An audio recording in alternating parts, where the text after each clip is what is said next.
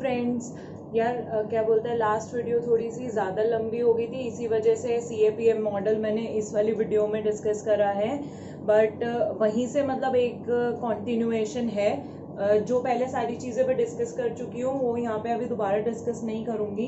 Beta हो गया, unsystematic risk और सिस्टमैटिक रिस्क जो मैं लास्ट वीडियो में डिस्कस ऑलरेडी कर चुकी हूँ, तो आगे का ही मैं यहाँ से स्टार्ट करती हूँ। मैंने बोला था CAPM मॉडल में, मैंने अभी स्टार्टिंग में यहाँ पे एक चीज बोली थी कि सिस्टमैटिक रिस्क यहाँ पे होता है, अनसिस्टमैटिक रिस्क को हम पूरी तरीके से एलिमिनेट कर देते हैं। ठीक है, डाइवर्सिफिकेशन करके हम यहाँ पे क्या कर रहे हैं, अनसिस्टमैटिक रिस्क को जीरो कर रहे हैं। तो यहाँ पे हमें रिस्क प्रीमियम किस चीज के लिए मिलेगा, रिस्क प्रीमियम सिर्फ हमें किसके लिए मिलेगा, हमारा जो सिस्टमैटिक रिस्क हम लोग बियर कर रहे हैं उसके लिए मिलेगा। इसी चीज को ध्यान में रखते हुए करनी है हमें आगे सारी चीजें CAPM में। यहाँ पे मैंने क्या बोला है, CAPM shows linear relationship between expected return and systematic risk. मैंने ये चीज क्यों बोली है, यहीं पे अगर मैं कैपिटल मार्केट थ्योरी में जाऊं तो मैंने क्या बोला था, that it shows a linear relationship between the portfolio return and portfolio risk. But here what I am saying that it is showing the relationship between the expected return and systematic risk. मतलब total risk की जगह यहाँ पे सिर्फ मैंने systematic risk लिया है। क्यों, क्योंकि भाई सिस्टमैटिक रिस्क ही तो मेन होता है। अगर आप कोई भी एक एफिशिएंट पोर्टफोलियो ले रहे हो, in that case you are actually eliminating your unsystematic risk, only systematic risk will be there and for that you will be getting premium, right. तो और उसमें दूसरी एग्जाम्पशन यहाँ पे है, एग्जाम्पशन यहाँ पे एक और एडिशन मतलब हुआ है एग्जाम्पशन में। CAPM की जितनी भी एग्जाम्पशंस होंगी वो वही सारी एग्जाम्पशंस हैं जो आपने कैपिटल मार्केट थ्योरी में पढ़ी हैं, बस उसमें एक एग्जाम्पशन ऐड हो रही है। वो क्या एग्जाम्पशन है, दैट क्या बोलते हैं, hold efficiently diversified portfolios having no systematic no unsystematic risk. वहां पे हमने ऐसा कुछ नहीं बोला था। In capital market theory we were considering the unsystematic risk, but here in this CAPM model we are saying that there will be no unsystematic risk, right? So here we have only taken systematic risk as a part of the total risk. ठीक है, तो यहाँ पे सिर्फ हमने वही सारी चीजें कंसीडर कर ली। और इसका फॉर्मूला क्या है, फॉर्मूला जल्दी से देख लो, एक्सपेक्टेड रिटर्न फ्रॉम सिक्योरिटी आय।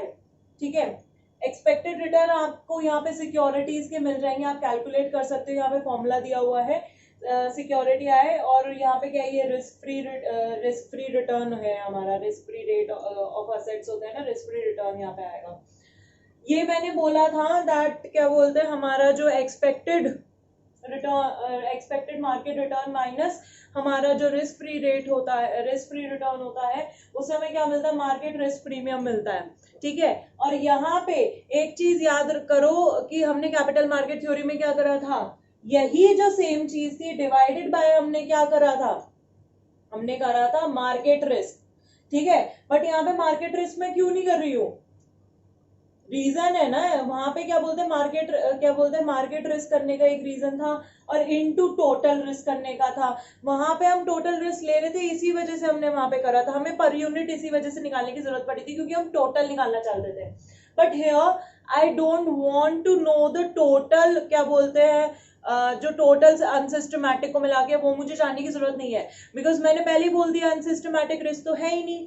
तो सिर्फ सिस्टमैटिक रिस्क को ध्यान में रखते हुए बीटा मैंने बोला था, बीटा आपका इंडिकेटर है सिस्टमैटिक रिस्क का। So here I am only taking beta which is showing the systematic risk. ठीक है, सिस्टमैटिक रिस्क का ही वो शो कर रहा है, तो इसीलिए हमने सिर्फ इतना ही पार्ट लिया है, वो नीचे डिवाइडेड बाय इनटू करके कुछ भी नहीं है, क्योंकि टोटल नहीं निकाल रहे, सिर्फ यहाँ पे हमारा सिस्टमैटिक रिस्क वाला पार्ट निकल रहा है। ठीक है, और दूसरी चीज इसके बाद हमारा एक बहुत इंपॉर्टेंट क्वेश्चन आता है। ये तो बहुत ही सिंपल सी चीजें थी, एक एडिशनल एग्जाम्पशन प्लस ये फॉर्मूला नया सा, और एक ये मेन लाइन कि हमारा अब सिर्फ हम सिस्टमैटिक कर रहे हैं, टोटल रिस्क नहीं कर रहे हैं। और उसके बाद ये इंपॉर्टेंट क्वेश्चन आता है जो मतलब ज्यादातर क्वेश्चंस में पूछा जाता है, न्यूमेरिकल दे देंगे and after that they last that is the price efficiently priced और not. In that case how you have to answer. जैसे हमारा एक्चुअल रिटर्न हो गया, एक्चुअल रिटर्न हम लोगों ने पहले भी डिस्कस करा है, जैसे analysis of risk and return chapter में मैंने करा था। वहां पे मैंने बोला था कि जैसे कि हमने एवरेज रिटर्न्स निकाले थे या प्रोबेबिलिटी वगैरह कुछ ना कुछ करके हमने वहां पे रिटर्न्स निकाले थे, एक्सपेक्टेड रिटर्न्स हमने निकाले थे, तो उन्हें हम कंसीडर करते हैं। यहाँ पे हम एक्चुअल रिटर्न्स कंसीडर करके चल रहे हैं। उन्हें किन से कंपेयर करेंगे? Expected return based on CAPM model. With this formula, I have calculated the expected return for a security. ठीक है, I have calculated the expected return for a security, and then I am going to compare it with the actual return. So in case if the actual return is less than the expected return based on CAPM model, in that case what I will say that the price is over, क्या बोलते हैं, the security is overpriced. I'll take the example here. यहाँ पे अगर मैं बोलूं जैसे इसी पे जल्दी से एक एग्जांपल, जैसे अगर मैं यहाँ पे बोलूं कि एक्चुअल रिटर्न और एक्सपेक्टेड रिटर्न, ठीक है, मैं कंपेयर कर रही हूँ किसी के, अगर मेरा एक्चुअल रिटर्न है 14% और मेरा ये है 15%, अगर मेरा ये 15% है एंड दिस इज 16%, और अगर ये मेरा 15% है और ये भी मेरा 15% है, उस केस में कैसे होगा? मैंने बोला एक्चुअल रिटर्न, एक्सपेक्टेड रिटर्न मतलब आप लोग एक्सपेक्ट करके चल रहे हो मेरे को 15% मिलना चाहिए, एंड आफ्टर दैट आपका जो एक्चुअल रिटर्न आया वो है 14%.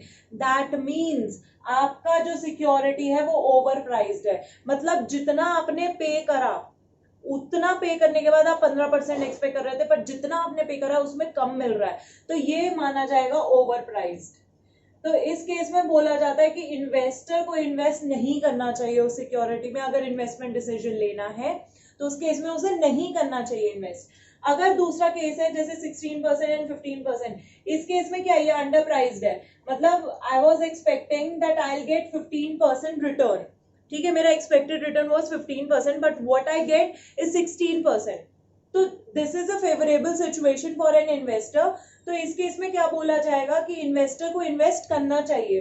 तो इस केस में क्या है, मतलब मैंने जितना पैसा भरा, फॉर एग्जांपल 100 मैंने भरा और मैं सोच रही थी कि मेरे को 15% मिलेगा उसमें, 100 मतलब 15 रुपए मेरे को मिलेंगे, 15 रुपए की जगह 16 रुपए मिल गए उसी 100 रुपए को खर्च करने की वजह से. दैट मीन्स मेरा अंडर प्राइस था. अगर 16% मिल रहा था, कुछ और ज्यादा पैसे का भी तो वो हो सकता था ना, क्या पता 101 का होता, 102 का होता, बट मुझे 100 रुपए में 16 मिल गया. दैट मीन्स वो अंडर प्राइस है. इस केस में this is a favourable situation for an investor. तो यहाँ पे उसे ऐसी सिक्योरिटी में उसे इन्वेस्ट करना चाहिए. नेक्स्ट है 15%. यू वर एक्सपेक्टिंग 15% और आपको मिला भी 15%, तो उस केस में क्या है, आप बोलोगे the price is efficiently priced, मतलब आपका बिल्कुल सही प्राइस किया गया है, ठीक है. इसी हिसाब से इन्वेस्टर एक अपना इन्वेस्टिंग डिसीजंस लेता है.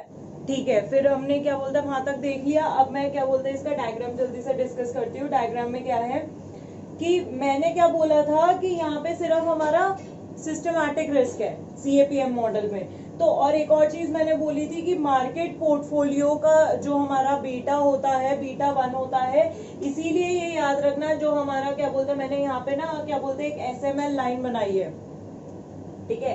SML क्या बोलते हैं, हमारा कैपिटल मार्केट थ्योरी के अंडर जो हमने बनाया था वो था हमारा CML. यहाँ पे हम इसे बोलते हैं SML. SML बनता है कैपिटल असेट प्राइसिंग मॉडल के अंदर.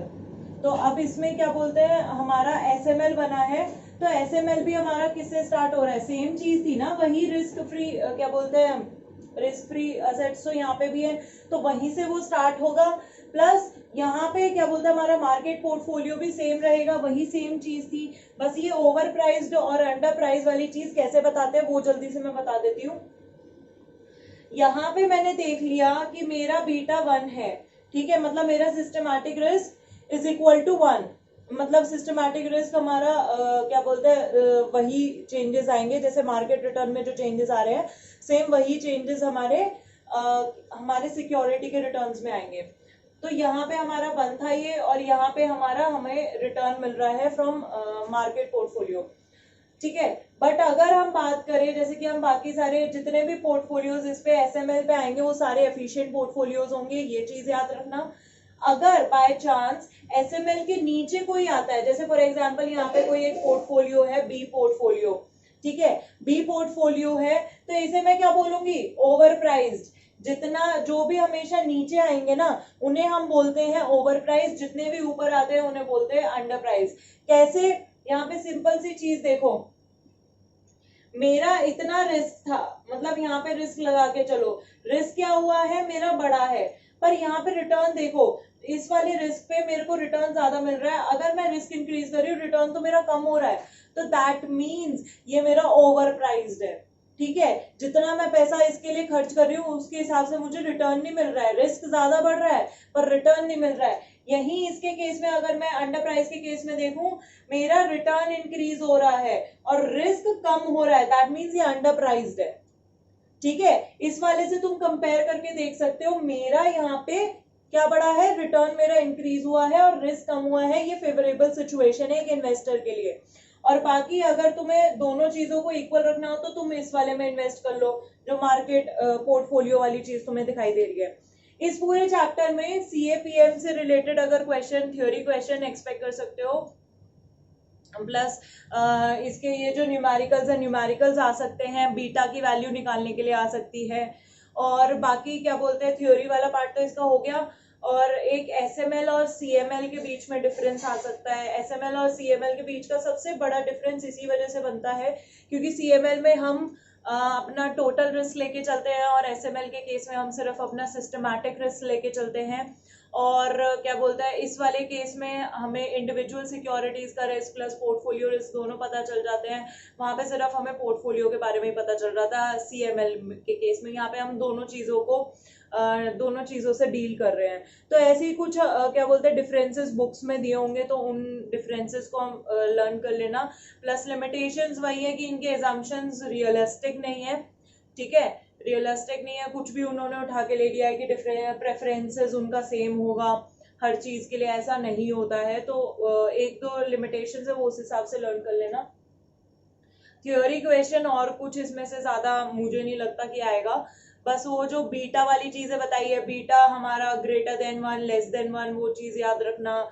और सीएपीएम मॉडल का तो मैंने बता दिया। और इससे पहले वाला जो हमारा मार्कोविज मॉडल था, मार्कोविज मॉडल पे भी थ्योरी क्वेश्चंस आ जाते हैं, जैसे उसका पूरा लिखो और डायग्राम के साथ उसे एक्सप्लेन करो। बाकी दो तीन चीजें क्या बोलते हैं इसमें स्टार्टिंग में क्या हो सकती है, जो डाइवर्सिफिकेशन वाला आता है कि अपना स्टैंडर्ड वाला बता के फिर डाइवर्सिफिकेशन कैसे होगा, कोरिलेशन, कोवेरिएंसेस, वो सारी चीजें मिला मतलब उसमें आ सकती हैं। तो वो एक बारी बहुत इंपॉर्टेंट है, डाइवर्सिफिकेशन वाला टॉपिक है, क्योंकि उसमें परफेक्ट पॉजिटिव मतलब हमारा कोरिलेशन भी है, नेगेटिव भी है, जीरो कब होता है, वेट्स हमारे कब नेगेटिव होते हैं, वेट्स का टोटल हमेशा 1 ही रहता है, बट वेट्स हमारे नेगेटिव हो सकते हैं, वो कौन से केसेस में होते हैं, लेंडिंग बोरोइंग के केस में होते हैं। तो ये कुछ चीजें हैं, वो आगे कैलकुलेशंस में इसमें इजी रहता है। और इस ये चैप्टर यहीं तक था पोर्टफोलियो। इसके बाद क्या बोलते हैं, अगर मतलब आप लोगों को चाहिए कि मतलब मैं इसके बाद इसके जो न्यूमेरिकल्स हैं, न्यूमेरिकल क्वेश्चंस पे भी वीडियो बनाऊं, तो कमेंट बॉक्स में आप लोग लिख सकते हैं। प्लस बाकी थ्योरी पार्ट तो इस पूरे चैप्टर का मतलब यहाँ पे खत्म हो गया है। बाकी अभी फिर भी कोई डाउट हो तो डाउट के लिए भी कमेंट सेक्शन में तुम लोग डाल सकते हो, या फिर इंस्टाग्राम पेज पे भी तुम लोग पूछ सकते हो। अगर मेरा क्या बोलता है वीडियो पसंद आया हो तो मेरे चैनल को सब्सक्राइब जरूर करना। और आगे भी किस तरीके के वीडियोस चाहिए तुम लोगों को, वो सारी चीजें मतलब कमेंट सेक्शन में तुम लोग बता सकते हो।